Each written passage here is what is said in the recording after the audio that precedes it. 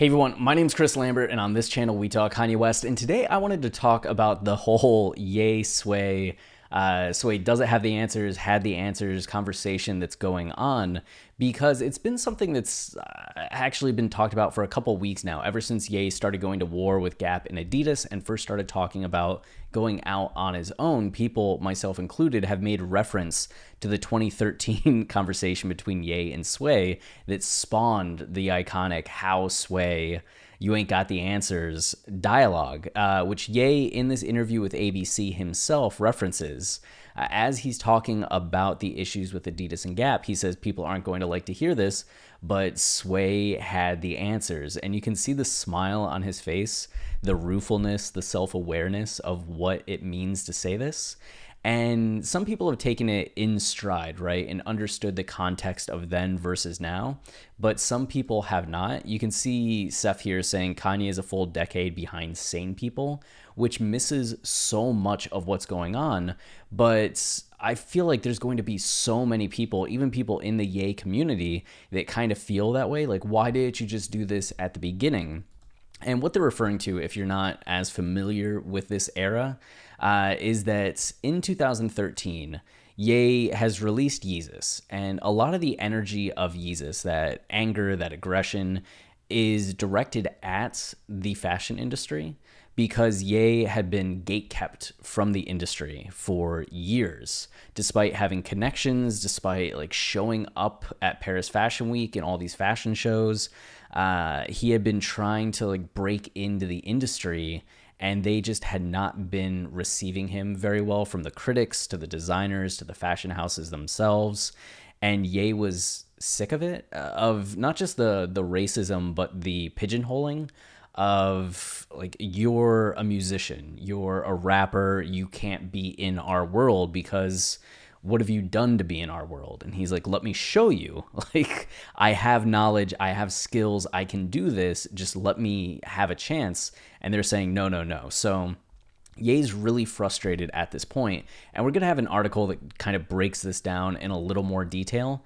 So he starts complaining to Sway about the fact that he's trying to get a major company, a major brand to partner with him, that all he needs is the backing, like all he needs is the infrastructure, and he will do wonders for that company. And that Nike like dropped the ball, like they could have worked together if only they had seen the vision. And Sway said what a lot of people might think in that situation was like, why don't you just do it yourself? You're this successful artist, one of the biggest names in music. Like, why don't you just do it yourself? And that's what set Ye off to being like, how Sway, you ain't got the answers. You haven't been doing this. So it's like Ye's responding to years and years of trying to do it on his own and coming up short because of the hurdles that you face. And a lot of other people don't have that context. And now, at the time where we're at with Ye, he's a billionaire multiple times over because he took the exact path he was talking about here. He partnered with Adidas and made billions of dollars. And even the Gap deal, despite the stresses in the 2 years that it's been out, has been like fruitful. They've been selling a lot of product.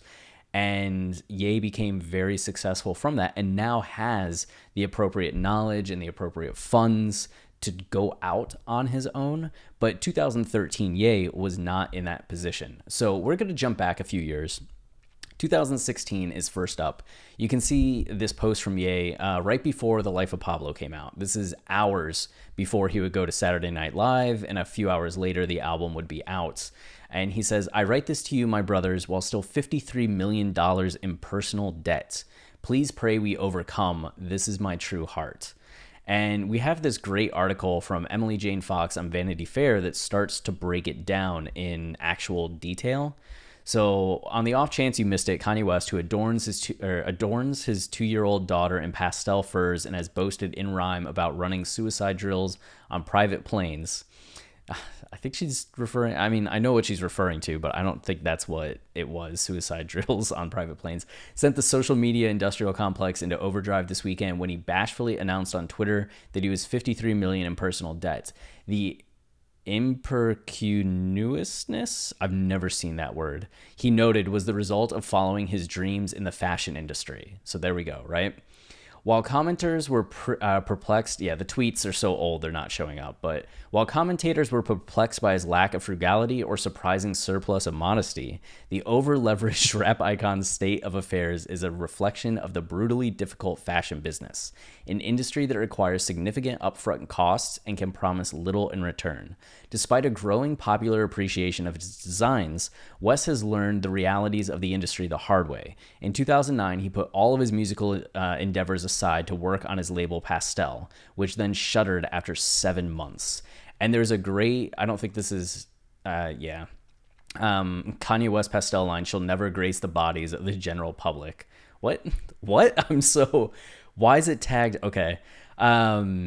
There's a great Complex article that is like the history of pastel, and it's this like verbal history of pastel or oral history of pastel that's really worth reading. Every time it's brought up, I mention that article, but it's just this huge detail of all the stuff Ye was doing. Like he was paying designers, like multiple designers, just for like sunglass designs and never sold a single pair of sunglasses. But we're talking like tens of thousands, maybe even $100,000 on sunglass research and development that never went anywhere. And that's just like the tip of the iceberg with Pastel. Add to that however much it costs to create his line of good merchandise marketed to fans of his record label. And we actually have a site here that this was Virgil Abloh designed good music merchandise. And there's just the one post about it. That's really it. It said the Yeezus rapper is selling good music branded hats, t-shirts, hoodies, and more on goodmusicmerch.com for prices ranging from $34 to $160. Yeah, that does not lead anywhere. But there is this eBay page. You can see here, good getting out our dreams. I don't know if this is the exact shirt, but it was one of the things that came up when I was looking for it, and it seemed to fit. Like this was the aesthetic of good music at the time, like authentic, vintage Kanye good music, good t-shirts. And that's the same thing that we saw in the hat too, right? So you can see the little baby angel that's still on the Kanye West webpage, at least was for a time, but the good music kind of logo there. So we have that. And then he was chewed up and spit out for his attempt at a high-end women's wear line called Kanye West in 2011. Yeah, he did like the fashion show and everything, and people just tore it apart. I still like the look and aesthetic of a lot of the clothes. I didn't understand at the time that much of the complaint was with the actual like craftsmanship of the outfits, not just the aesthetic of them. And I can understand a bit more of the criticism, but I still liked the look and ideas that were there. The line never made it to stores, according to a 2013 interview with Jean Tatou, the founder of the French line APC, which created capsule collections with West. The experiment put the rapper out 30 million. Whew. I don't know if that's the founder of the French line APC, which created capsule collections with West. So West paid $30 million just for these capsule collections. And what did they sell? Like, nothing. So his collaborations with Nike on the wildly popular Nike Air Yeezy sneakers did not stem the losses. West has said he was not given a percentage of the sales, a sticking point that eventually caused him to defect for what would appear to be a more lucrative deal and more creative license at Adidas, where he was able to expand into clothing and elaborate fashion shows at sold-out arenas 3 times in the span of 1 year. In his first season, West told BET he went $16 million in debt getting his line off the ground. So that's just like season 1 of Yeezy, which barely sold anything. The prices were so high. You would get a few things on their website, but like 16 million he did not make up. So we're talking like 30 million for these capsule collections. We're talking 16 million, or even if it's just referring to some of the Kanye West 2011 stuff, but 30 million for whatever initial fashion endeavors, then 16 million for just the Yeezy seasons. And then those numbers, while significant, are not surprising to industry insiders tasked with coming up with business plans for people like West, who have grand visions without the slightest idea of what they cost to execute.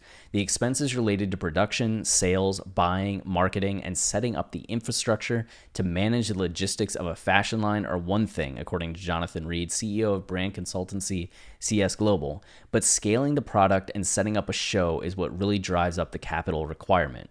For a large show, you're thinking about venue expenses, set and stage expenses, audio and special effects, labor costs, which at a place like Madison Square Garden, which is union, is more expensive. This can run into seven figures very quickly. That doesn't include any of the talent, models, hair, makeup, stylists. That's its own huge bucket, another easy seven figures. The cost of recording the spectacle, which often requires multiple crews shooting front of house and backstage at the same time, plus back-end production, only adds to the cost. As a general statement, it could very easy to amass large amounts of debt in the cost of producing a collection, putting it together, showing a collection, and then selling a collection, Reed said. The fashion business is famously treacherous for novices, as Natalie Portman may have learned with her ill-fated 2008 footwear line. The sourcing is expensive, as is labor and marketing. It's hard to get good counsel, especially for celebrities. Musicians get terrible advice. They surround themselves with people who are fans or wannabe musicians who couldn't make it on stage, so they become accountants or attorneys, said Jane King, a money manager at Fairfield Financial Advisors who works with clients in the entertainment industry. It's an ego trip because artists have plenty of money to get into other businesses, but has anyone done a 5-year projection of what the bottom line will be? I doubt it. But with West, however, one suspects this isn't the case.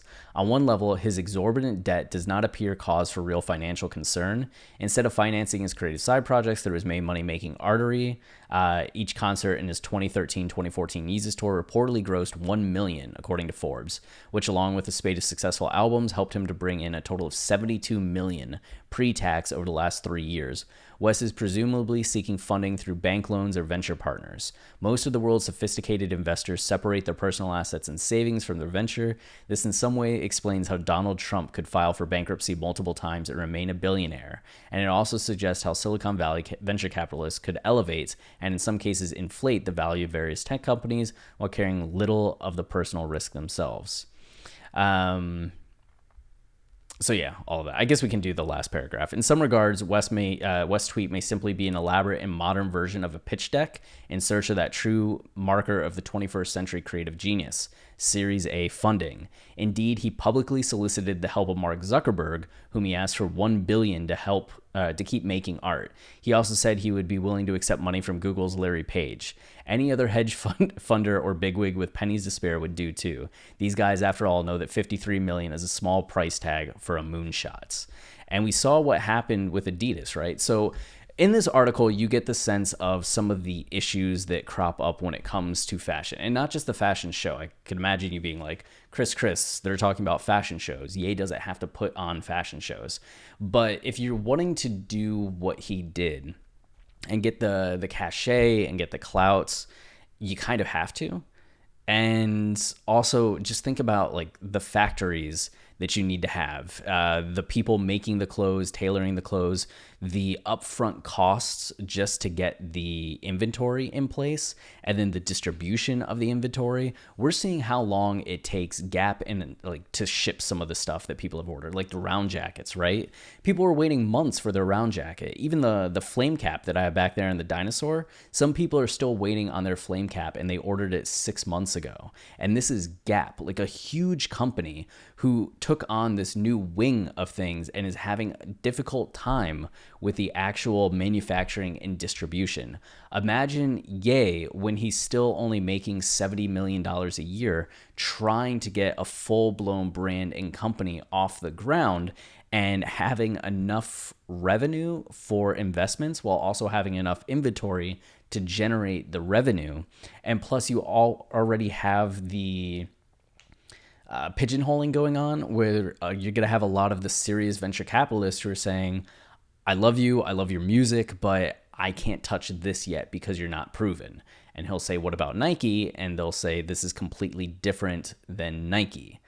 Your Air Yeezys did great, but can you make a shoe like that and do all the stuff that you need to do? Maybe, but I also just see you as a musician. So that's what Ye was dealing with in 2013, and that's why it was so difficult for him to accept, or even why what Sway was saying was non-applicable. It's not even that Ye couldn't accept it at the time, right?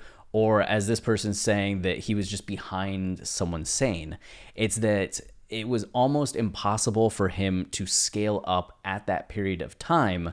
And maybe he could have over the course of years and years and years, like sold more product. Maybe he could have made Yeezys, but at a very small scale that might not have made him actual earnings, or maybe taken years to find like a venture capital partner. And then still you're having to put together all the factories, the team, the talent, all of that other stuff, rather than just going to Adidas and making the shoes with them and earning $1 billion in 3 years, right?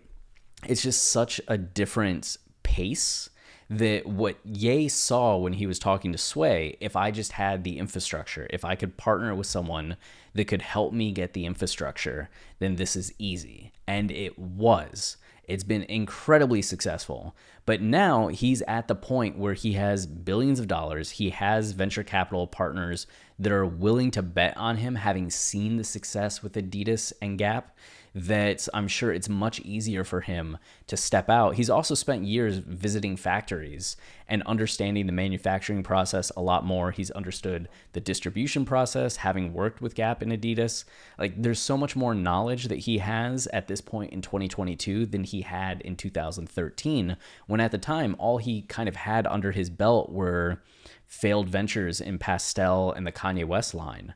And he's still trying to figure out, how do I do this thing? I don't know enough to do this thing. And that's probably another reason why he was frustrated with Sway, because it's not just a matter of the gatekeepers, it's also a matter of some of his like personal limitations at the time and frustrations with the fact that he couldn't get these things off the ground because of not knowing enough, not having enough connections. And for someone like Ye, who's so forceful and has done so much, to feel that sense of I failed here was probably infuriating, especially when you know that you could succeed. And time has proven him right. He did succeed. And it's just one of those things where it's like the timing of things. Sway was right for a different situation.